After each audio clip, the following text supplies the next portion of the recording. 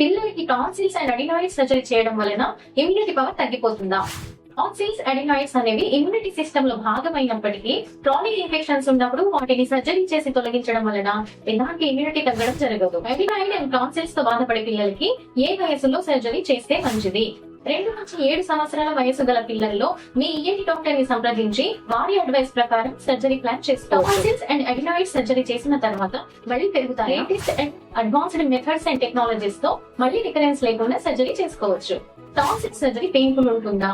Advanced technologies coblation method లో చేస్తారు. పిల్లలు స్ట్రెస్ ఫ్రీగా రికవర్ అవుతారు. టాన్సిల్ సర్జరీ పిల్లలకి మాత్రమే చేస్తారా? పెద్దవాళ్ళకి కూడా రికరెంట్ టాన్సిలైటిస్, స్నోరింగ్ తో బాధపడుతూ ఉంటే వారిలో కూడా టాన్సిల్ సర్జరీ చేసే అవకాశం. అడినాయిడ్స్ టాన్సిల్ సర్జరీ తర్వాత తినడానికి, మాట్లాడడానికి కష్టంగా ఉంటుందా?